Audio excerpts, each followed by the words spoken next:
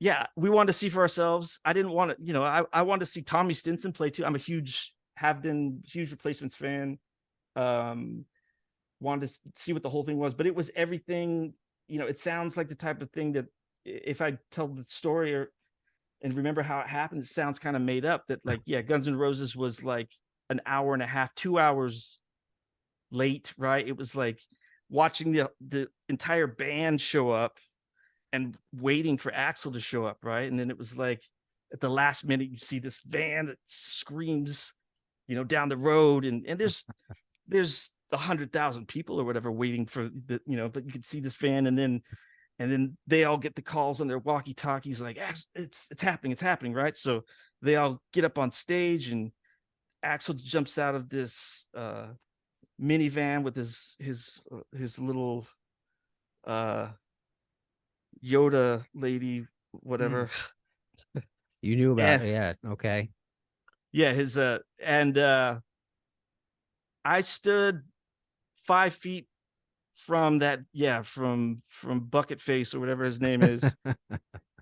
There was like 5 guitar players on stage, and he just kind of, he only played the solos. I'd never seen anything like that, where the sound guy basically punched him in or just put the fader up for when that guy played the solos, and then for the rest of the songs he would just kind of pretend to play or whatever. And wow, I just the production, the amount of people on stage, all that kind of stuff.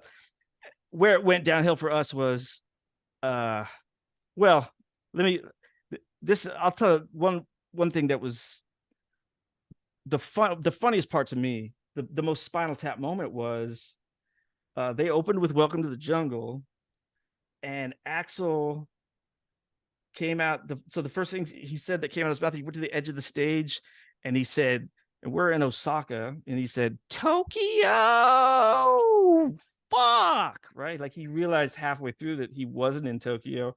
That was one of the funniest things I've ever seen. And then somewhere in there, yeah, we were heckling them, I guess. Not heckling. We started just, where's Izzy, all that kind of stuff. And Axl had us removed, he those motherfuckers, get them out of here. So we didn't get to see the whole show, but I think what kind of occurred to me then is the way I feel about it now, where it's like we were talking about, the types of conversations where, in a perfect world, it would be Steven Adler and Izzy Stradlin, and it, the kinds of the sentiment of like the idea that overblown, having the dizzies and fucking Teddy Zigzag on harmonica and some chick playing laptops, whatever the fuck, it was like, it would be great, but it's like that. How can you can't expect someone to sing in key, scream in key and falsetto at that age, man. And if he could do it, it's really hard to fucking do. There's no shame in that stuff, right? It's like the idea at the end of the day, it's like, if you have Izzy and Steven there, that guy still can't sing those songs anymore. No, like he could sing the songs, but how can you expect it? You can't expect a 60-year-old guy to be screaming in falsetto and key. That's just not, there's no shame in that, man. That's like, dude, that's like, you knew that when you were recording those songs in your 20s. It's like, this is perishable. This isn't gonna last forever, man. Like, so giving him shit, or it's like, it doesn't matter, even if Izzy is there or Adler's there, and it isn't whatever, or it is what people want. It's you can't expect someone to be in their 60s and singing like that. It's and there's no fucking shame in that. That's be like asking Michael Jordan to join a team in the NBA and then just start like expect him to dunk on LeBron or something. It's like, no, right. It's like, that doesn't mean it wouldn't be cool though to see Michael Jordan, playing horse with someone or whatever, or screwing around, but to expect him to like join a team and compete and bring a championship or something, that's just not gonna fucking happen. So luckily their songs are so fucking good that with Axl even singing the songs half as well, is that it's still gonna be cool, right? Mhm. Or with whoever the fuck, right, playing those songs, it's still gonna, because the songs are fucking great, right? Because they're a great band. But for people, that want it to be 1987 again, it's just not gonna happen. Because it's like, like, because we're looking at through the lens, being our ages, that rock and roll, at least at the time, we just thought that rock and roll was gonna be as big as it was forever. We just assumed that rock music or whatever the fuck was going to be the most popular form of music forever and ever. That's just wasn't the case, right? We didn't know that not only was the music industry going to completely collapse, but that hip hop and pop music and all that kind of stuff were going to become as big as they are now, and that rock music wasn't going to be you know on people's priority or whatever the fuck that We're means. always But the underdog. That's fine yeah, by me. I don't want to be the most popular. You know, right. But yeah. and like I said, in hindsight too, it's like it's not as of the only reason maybe at the time you got to see it from my point of view. Like I said, was I was in a band, and it was like it was weird because all of a sudden we were in a strange way contemporaries in a way with this band, so Mhm. as opposed to it being these people that we were friends. But like I said, in hindsight, like it's still, even though it's super weird, and like I said, there was in a live situation, there's 9 people playing guitar on stage. It's still, you look back, there's nothing else really like that was going on, right? It's Right. like it's very unique, right? Like is you say that for it, right? Which is fucking cool, right? Like uh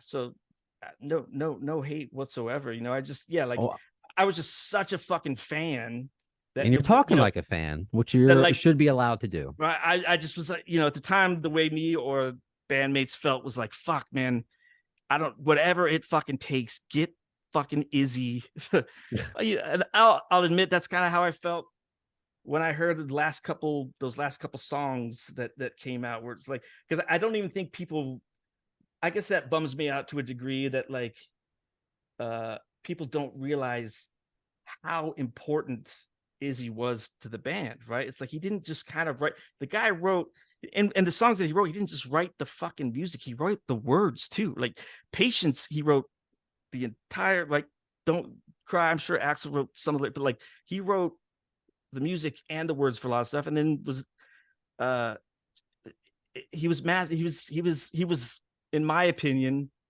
other than Axl, the best songwriter in one of the biggest bands in the world. And it was lightning in a bottle, and you just kind of wish that they could figure it out, right? Like because fuck, man. And the sound too, like the kind of, I was talking shit as soon as Izzy quit and they had Gilby Clarke, right? Because it's just like, fuck, man, that Izzy's guitar parts are just like those fucking songs, right? When you listen to Mr. Brownstone or It's So Easy, it's Izzy's guitar parts that is the fucking song. It's like,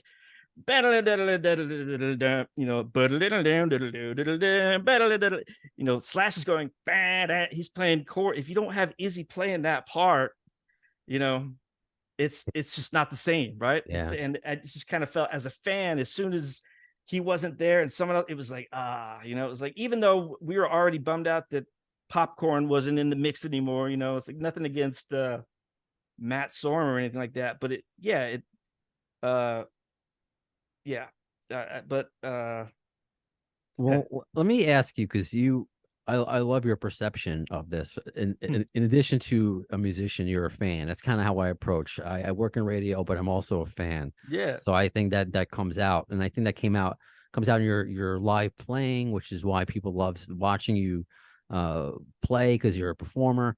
But I guess with a lot of things that you have gone through in your past, and if people don't know your entire story, they should yeah go back and look. When you have somebody like Izzy, who left the band because of addiction issues and mental health issues, and we've been talking a lot about Axl, yeah and he has gone on record with some of the issues that he's had, and abuse, and you yeah look at who he is now, I guess that's, I want to know your perception, because you've spoken about your mental health, how that Yeah. led to your departure from Nine Inch Nails. You can correct me if I'm wrong. So how do you look at the No, choices and absolutely. them leaving with through that lens of mental health and doing what's best for you, I guess, as a person to survive? Because Izzy may Uh, be dead if he stayed with GNR. no, absolutely. Like, you know, I have been fortunate enough to be able to play in some incredible bands and to also be able to be in a position where I can fucking quit when I want to and then also be able to pick it up again when I feel like it. Like with the Icarus line, it wasn't like some band I just played in. That was my band. And I quit my band, which is you know, talking about Izzy Stradlin, I Right. can absolutely fucking relate to that. Where it's like you're not quite, the singer wants to do a music video, yeah, like we're like where it's, you know, people soloing on top of pianos or in front of churches or all that kind of stuff. And you're not quite seeing eye to, it seems like it's getting bloated or weird or whatever, or you're just not, you just don't like the direction it's going in, so you fucking quit. You take your ball and you go play somewhere else, which is exactly what I did in the Icarus line, right? And with Nine Inch Nails, it wasn't as much. It was that was always going into that. That's Trent's band. It's a different situation, right? It's like you're going in and you're playing Trent's tunes and it's fun, but I guess in a similar way, yeah, like when I started playing in Nails, the idea, we thought it was going to be 6 weeks. We thought it was going to be one tour, and I was going to go back to doing whatever. Everyone was going to go back to doing whatever they did. It turned into 3+ whatever years, hundreds and hundreds of shows, which was fun. I had a great fucking time. But when it got to where it wasn't fun for me anymore, yeah, I was able to quit.